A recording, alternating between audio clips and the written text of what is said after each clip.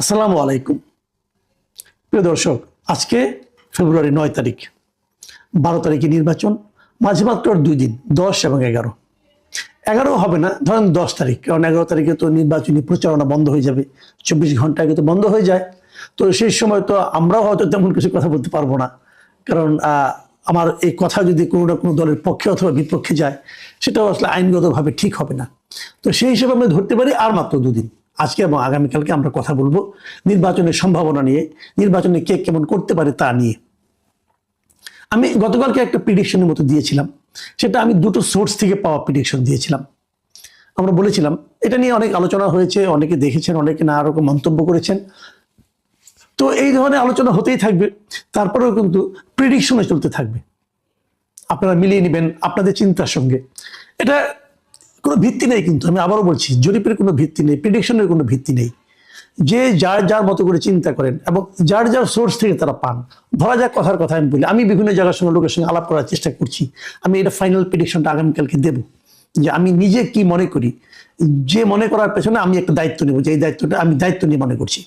তো আজকে দেখেন শেষ দিকে বলি, হয়তো আজকে এই শহরে আমি দুটো জরিপ পেলাম, জনমত জরিপ পেলাম এই নির্বাচন নিয়ে, এবং দুটোই বেশ বড়ভাবে করেছে তারা, মানে অনেক লোকের মধ্যে এই জরিপটা করেছে। প্রথম যে জরিপটার কথা বলছি, দুটো আমি পত্রিকায় পেয়েছি, পত্রিকা থেকে আমি নিচ্ছি, মিডিয়া থেকে। এই প্রথম জরিপটা হলো eminence associates for social development, সংক্ষেপে EASD, এরা একটা জরিপ করেছে, এই নামে একটা সংস্থা। তারা 41,000 মানুষের মতামতের ভিত্তিতে এই জরিপটা পরিচালিত করেছে। 41,000 কিন্তু অনেক বিরাট সংখ্যা, এবং তারা দেশের বিভিন্ন জায়গায় জরিপটা করেছে, মানে একদম বিভিন্ন আপনার আসন ধরে ধরে ওখানে গিয়েছে, অনেকের সঙ্গে বিভিন্ন প্রক্রিয়াটা তারা বলেছে কিভাবে তারা প্রক্রিয়ায়িত করেছে, এবং তাদের যে প্রাপ্তিটা সেটাও তারা প্রকাশ করেছে। তাদের প্রাপ্তিতে বলা হয়েছে, যদি ভোটের হিসাবে হয়, যে প্রায় 66.3% ভোটার নাকি বিএনপিকে ভোট দিবে, এটা তাদের জরিপের ফল। আর এর বিপরীতে মাত্র 11.9% মানুষ ভোট দিবে জামাত ইসলামকে। এনসিপি 1.7%, জাতীয় পার্টি 4%, ওগুলি উল্লেখযোগ্য নয় আসলে। তাহলে কোথায় 66.3% আর কোথায় 11.9? ধরেন 11 তো 12ই ধরেন আপনি, কোথায় 66 কোথায় 12, কোনো তুলনা হয়, কোনো প্রতিদ্বন্দ্বিতা হয়, এরকম তাদের জরিপের ফল তারা পেয়েছে। এবং তারা নিশ্চয়ই দাবি করতে পারে, আমরা যখন 41,000 মানুষের মতামত নিয়েছি, এটা অনেকটা গ্রহণযোগ্য হতে পারে, এরকম তারা দাবি করতে পারে। এবং তারা এই ভোটের তো পার্থক্য এবং এর বিপরীতে যারা আসন সংখ্যা যখন ধরেছে, সেখানে তারা বিশাল পার্থক্য দেখিয়েছে। তাদের বিবেচনায় বিএনপি জোট পাবে 208টা আসন, এবং জামায়াত জোট পেতে পারে 46টি আসন। অনেক পার্থক্য, কিন্তু আমি গতকাল যেটা বলেছিলাম তার চেয়ে অনেক বেশি পার্থক্য এটা। আচ্ছা, আমরা আরেকটা আমার জরিপটা নিয়ে পরে কথা বলি, আরেকটা জরিপ নিয়ে কথা বলি এখন। এই জরিপটা করেছেন international institute of law and diplomacy, মানে IILD নামে একটা প্রতিষ্ঠান। এরাও অনেক লোকের উপর করেছেন, এবং এদেরটা আমার তো মনে হয় যে আগে যেটা আমরা বললাম EASD, তাদের চেয়েও বেশি সংখ্যক। EASD করেছিল 41,500 মানুষের মতামত নিয়ে, আর ওরা যেটা নতুন যেটা বললাম আমি, যে IILD, এরা জরিপ করেছে 63,115 জন ভোটারের উপর। 63,115 জন, মানে বিশাল ব্যাপার স্যাপার কিন্তু। এবং তারা গত 21শে জানুয়ারি থেকে 5ই ফেব্রুয়ারি, মানে এই 16 দিনের তারা এই জরিপটা পরিচালনা করেছে। 300টা সংসদীয় আসনেই তারা জরিপ চালিয়েছে, বিভিন্ন ইউনিয়ন ভাগ করে। এবং এখানে ফলাফল যেটা আছে, সেখানে কিন্তু তারা দেখিয়েছে যে একদম মানে নেক টু নেক ফাইট হবে।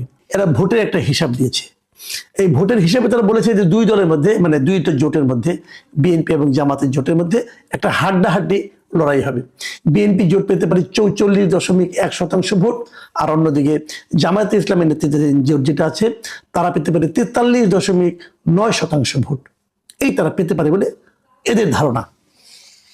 এটা খুব ইন্টারেস্টিং বলে আমার মনে হয়েছে, যে তারা আগেরটাতে কোথায় আপনার 12% ভোট পাবে, বিএনপি পাবে 66.3%, আর জামাত পাবে মাত্র 12%, মানে বিশাল পার্থক্য ছিল। কিন্তু এখানে কিন্তু তা দেখানো হয় নাই। এরা বলছে পার্থক্যটা মানে 1% মতো, 44.1%, আর এদিকে 43.9%, মানে ধরতে গেলে 0.2% কম জামাতের। কিন্তু এদের আবার আরেকটা জিনিস ইন্টারেস্টিং আছে, যে বললাম যে আসন সংখ্যা তারা কিন্তু ওরকম স্পষ্ট করে বলেনি, কিন্তু তারা যে জিনিসটা বলেছে, যে কালকে আপনাদের মনে আছে আমি বলেছিলাম যে কতগুলি আসনে বিএনপি জিতবে শিওর সহজে, এবং কতগুলি আসনে জামাত জিততে পারে বলে আমি যে উল্লেখ করেছিলাম, এরা ওই ফর্মুলাই করেছে। এরা বলার চেষ্টা করেছে যে নিশ্চিতভাবে জামাতের জয়ের সংখ্যা হলো 105টা আসনে, মানে 105টা আসনে জামাতের জয়ে তাদের মধ্যে কোনো সন্দেহ নাই।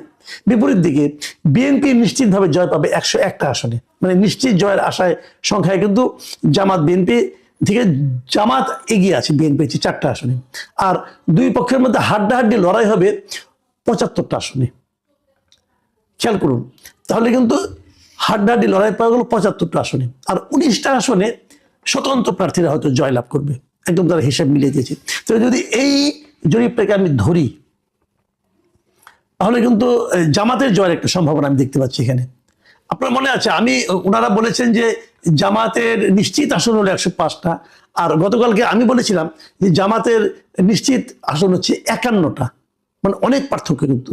আর গতকালকে আমি বলেছিলাম আমি যে জরিপটা দিয়েছিলাম একটা পত্রিকার রেফারেন্স, নিশ্চয়ই মনে আছে আপনাদের, সেই রেফারেন্সে ওরা বলেছিল যে বিএনপি নিশ্চিত জিতবে 88টায়, আর এদের জরিপে দেখা যাচ্ছে বিএনপি নিশ্চিত জিতবে 101টা আসনে।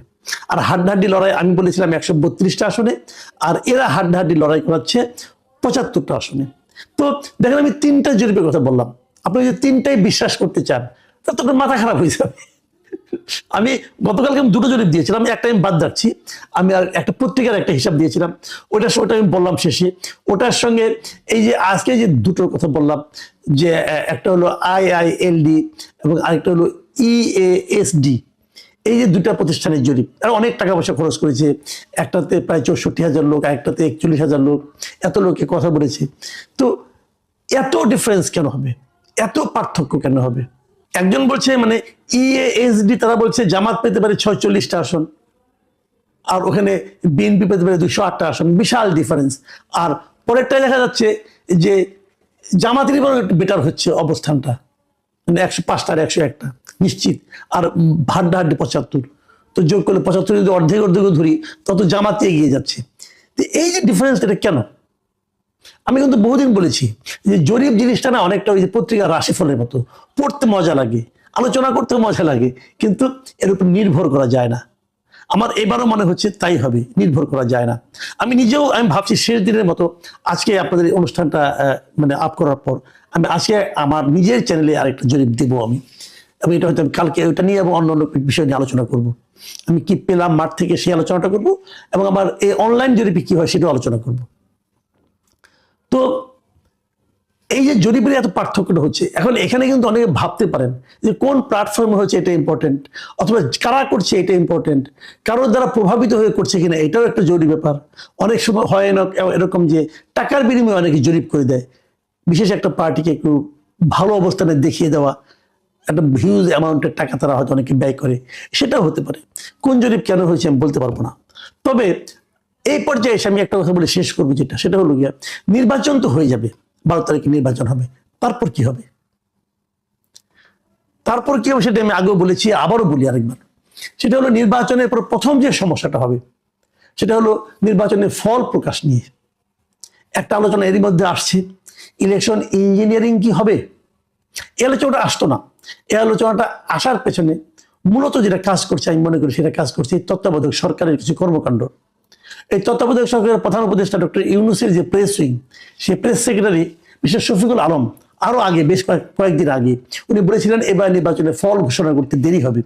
এই যে কথাটা না, এটা হলো ম্যাজিক সেন্টেন্স। এই সেন্টেন্সের কারণে, এই একটি বাক্যের কারণে পুরো দেশের ভোটারদের মধ্যে, প্রার্থীদের মধ্যে একটা আতঙ্ক ঢুকে গেছে।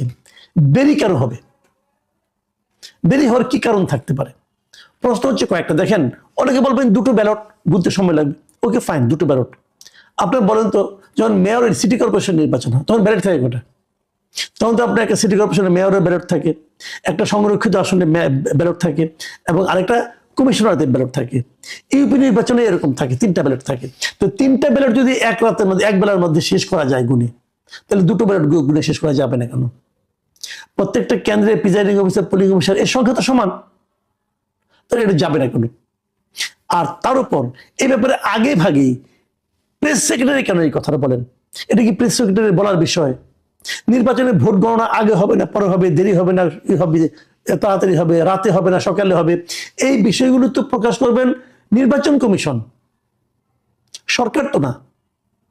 এবং প্রেস সেক্রেটারি তো নাই, উনি যার প্রেস সেক্রেটারি মানে মিস্টার ডক্টর ইউনুস, ওনারও তো এখতিয়ার নাই বলার এই যে নির্বাচনের রেজাল্ট ঘোষণা করতে দেরি হবে কি তাড়াতাড়ি হবে, উনিও বলতে পারেন না। তো পুরো জিনিসটা নির্বাচন কমিশনের এখতিয়ারে, কিন্তু ওনারা বলছেন। কেন বলছেন? এই যে কেন বলছেন, এই প্রশ্নের উত্তর খুঁজতে গেলে প্রথমেই মনে আসে যে তাহলে কি ইলেকশন ইঞ্জিনিয়ারিং এর একটা সম্ভাবনা আছে? ইলেকশন ইঞ্জিনিয়ারিং জিনিসটা কি, আমি সহজভাবে বলি, এবার তো বোঝানো দরকার নাই, আমি সহজভাবে বলি। সেটা হলো, আপনি ভোট দিয়ে আসলেন, কিন্তু যা ভোট দিলেন, যে ভোটটা হলো, সেই ভোটটাই ফল হিসাবে কি প্রকাশিত হবে, নাকি কেউ মাঝখানে অন্য কিছু প্রকাশ করে দিবে? মাঝখানে কি দুদিন ফলগুলো আটকে রেখে তারপরে প্রকাশ করা হবে? যখনই ফলগুলো আটকে থাকবে, যখনই ফল প্রকাশে বিলম্ব হবে, তখনই কিন্তু মানুষের মধ্যে সন্দেহটা আরো দানা বাঁধবে। আচ্ছা, যদি সরকার ইলেকশন ইঞ্জিনিয়ারিং করতে চায়, তাহলে কোন দিকে করতে পারে, কার পক্ষে করতে পারে? আপনারা ভেবেছেন একবার? কার পক্ষে করবে? জাতীয় পার্টির পক্ষে, নাকি ইসলামী আন্দোলনের পক্ষে? না, তাদের পক্ষে না।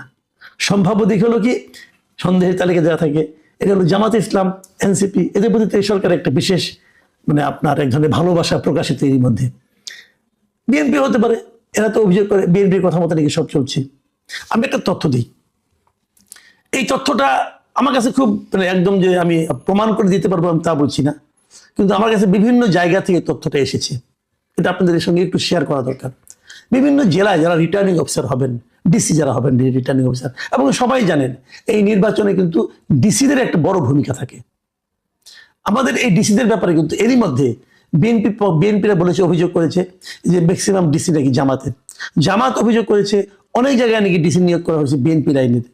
এনসিপির কথা কেউ বলেনি, কিন্তু আমি যতটুকু জানি এনসিপিরও কমপক্ষে 18-19 জন ডিসি আছেন যা নাকি এনসিপি।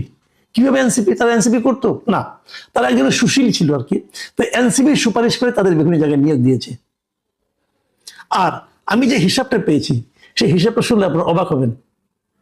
সেই হিসাবটা হলো 64 জন ডিসির মধ্যে 30-এর উপরে হলো জামাত সমর্থিত ডিসি, মানে যারা জামাতের রাজনীতিকে সমর্থন করে, অথবা তাদের কর্মকাণ্ড কথাবার্তায় ওই এলাকার লোকজন অথবা প্রশাসনের অন্যান্য লোকজন তাদেরকে জামাত সমর্থিত বলে মনে করেন। কারণ গত কয়েক মাস কিন্তু জামাতের লোক, প্রশাসনের কোন লোকটা জামাতের, কোন লোকটা বিএনপির, এটা কিন্তু বুঝতে কারো কোনো কষ্ট হয় না, কারণ তারা নিজেরাই প্রকাশ করেছে ভালো পোস্টিং পাওয়ার জন্য।